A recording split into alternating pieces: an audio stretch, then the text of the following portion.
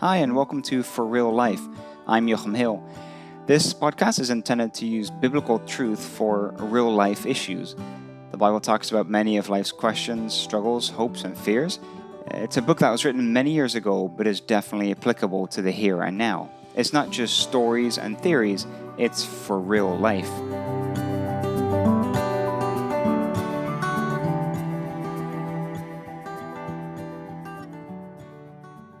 So Caleb, thanks again for joining me today.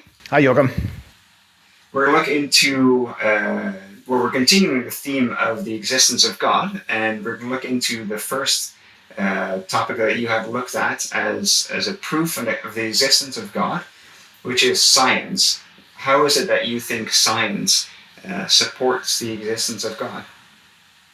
Yeah, so I look at this from the perspective, we'll call it, of the science of the universe. And I look at it from the perspective of how on earth does life exist? How on earth is life sustained? And that was perhaps the greatest curiosity that led me down this rabbit hole, so to speak, on just understanding what the universe is made up. And this is some pretty high science. You know, I say I'm an engineer, and I say I have an element of scientific background, but by no means am I an expert in this. I guess it's when you start to scratch the surface and go down that rabbit hole of design, there's some really interesting fundamental principles that govern a lot of physical constants, physical state of being. And of course, as an engineer, there's some specific properties of materials that are absolutely dependent on in order for systems to function. So I'm in the boiler business, and without very specific properties of water, boilers just don't work. What does that mean, a property of water? Because I own property and I have lots of water that sometimes comes into my basement, but I don't think that's what you mean. Yeah, exactly. I mentioned, I think on our last conversation, a little bit about my garden just keeps absorbing water.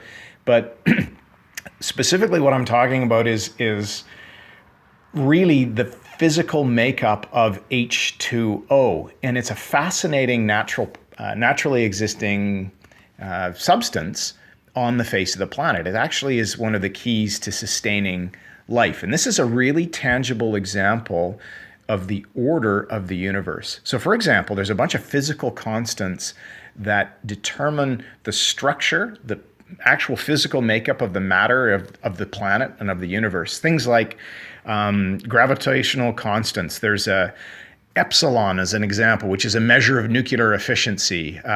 Omega is a density parameter. Lambda is a cosmological constant. Q is the ratio of gravitational energy. So all of these things you can go and kind of dig up on your own and have a look at these things. But what they are very specific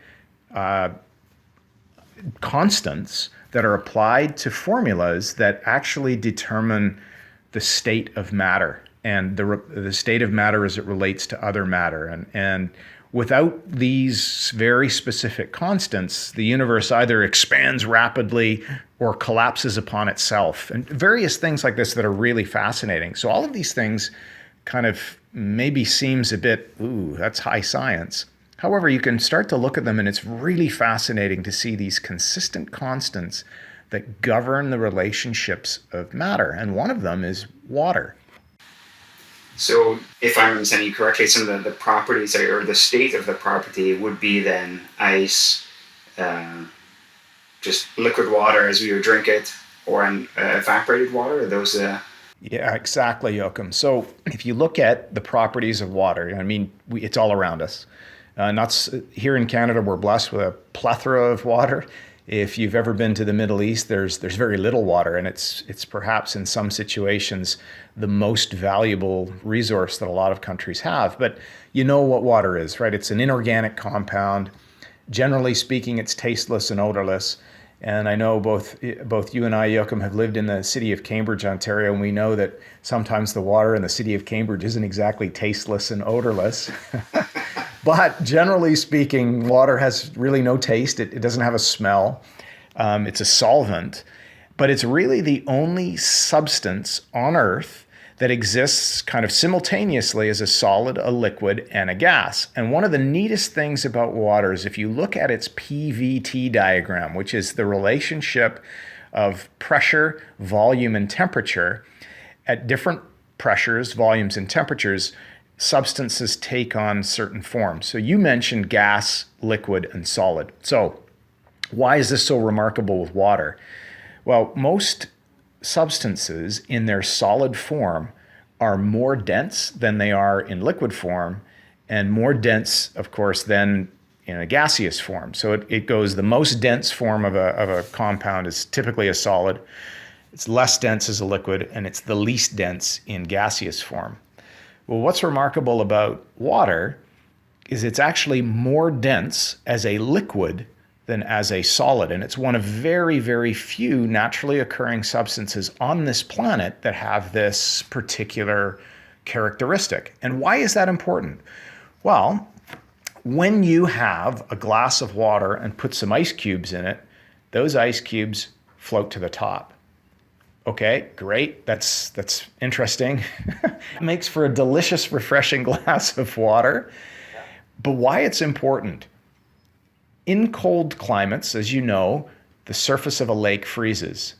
If water were to increase its density in solid form, that ice would simply sink to the bottom of the lake, and the cycle would repeat itself. You would have more and more and more and more ice form, and eventually that lake would freeze solid. So why is that important? Well, the reason it's important is it actually is able to sustain life. In liquid form, you look at a fish. Fish can't live in ice. They can live in cold water, but it would destroy the ecosystems of freshwater flora and fauna if water was more dense as a solid. It's remarkable, and it's one of the key things that sustains life on this planet. And this PVT relationship, the fact that water is less dense as a solid, is one of the most remarkable physical properties and characteristics of substances that sustain life on this planet. I find that totally fascinating. So what are some other, so water is one thing where the density is greater when it's in its solid state. What are some examples of other substances where that is not the case? Yeah, and that actually forms the fundamentals of a lot of different things, such as steel. In steel making, it's actually critical that steel, as you freeze steel, and it's a funny thing to think of because in standard state, we look at steel as a very, very hard, strong material. And again, this goes back to my boiler making roots or career, I say, the thing that I do for my job every day. It's critical that steel maintains its strength of properties at even very high temperatures. And so what's critical about steel making is understanding the flow of this material and how to freeze steel. You heat it up into very, very high temperatures to make it flow into the shapes that you want. But without understanding that steel is more dense as a solid than a liquid, it actually changes the way that you draw shapes and that you would create things like boiler tubes or structural steel members that support buildings. So steel is a critical component that we know exists in both liquid and solid phase. Now, of course, standard condition steel is steel. It's hard. It's a solid. It's part of the building blocks of our society. But you elevate it to incredible temperatures and it starts to flow as a liquid. And of course, if you can go beyond that, it would turn into a gas.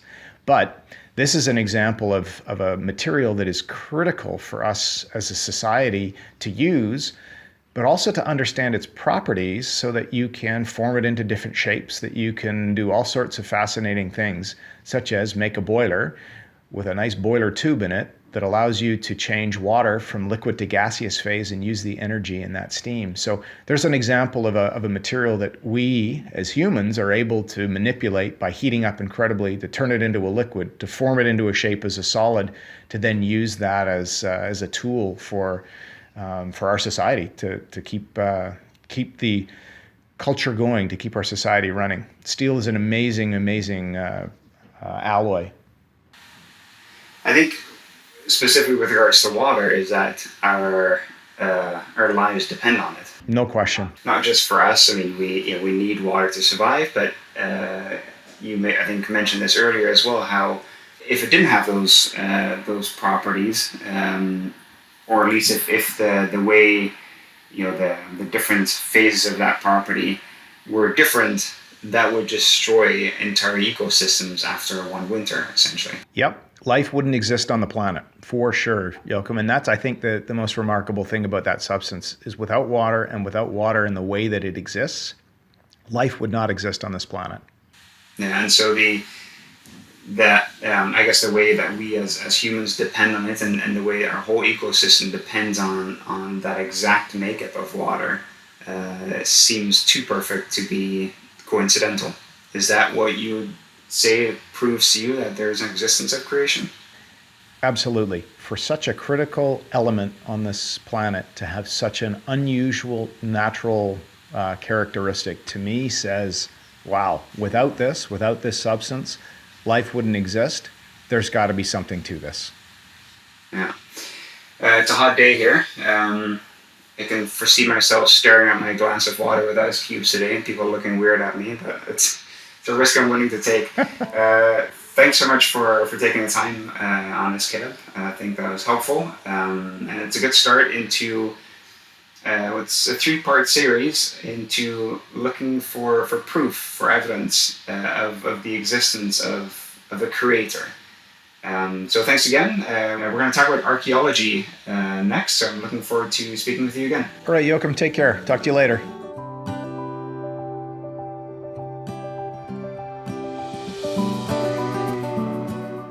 Thank you for listening to For Real Life in the WCF Podcast Network. I'm Levi, and I'm a co-host on a show called A Little Faith, where we explore faith breakdowns and buildups with different people who have very powerful stories to tell. We have another show where Tom and Naomi are exploring how we interact in our ecclesial relationships, and it's called From the Platform. It's a very in-depth series that is incredibly helpful for understanding and developing compassion and better listening practices. You can find both of those wherever you get your podcasts or our website, wcfoundation.org/podcasts. Lastly, did you know that WCF assists in support and resettlement for dozens of political refugees a year? Please consider supporting our efforts with donating on our website, wcfoundation.org. Have a great week.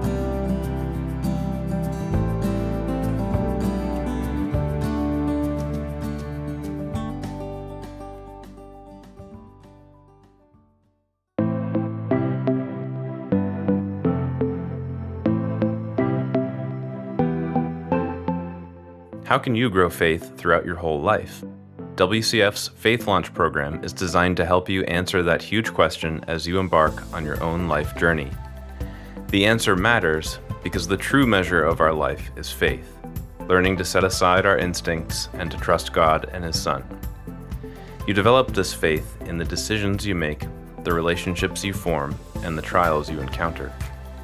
Faith Launch gives you a set of strong faith-building tools, connects you with a network of peers and mentors, and helps you reflect on the best faith plan to help guide you through your journey. Faith Launch starts fall 2020 and is aimed at young adults between the ages of 18 and 35. There is no cost to participate, and to better accommodate your schedule, much of the program will be delivered online. The program wraps up with a final retreat to weave together key learnings and send off participants with fresh faith inspiration. To find out more, visit wcfoundation.org/faithlaunch.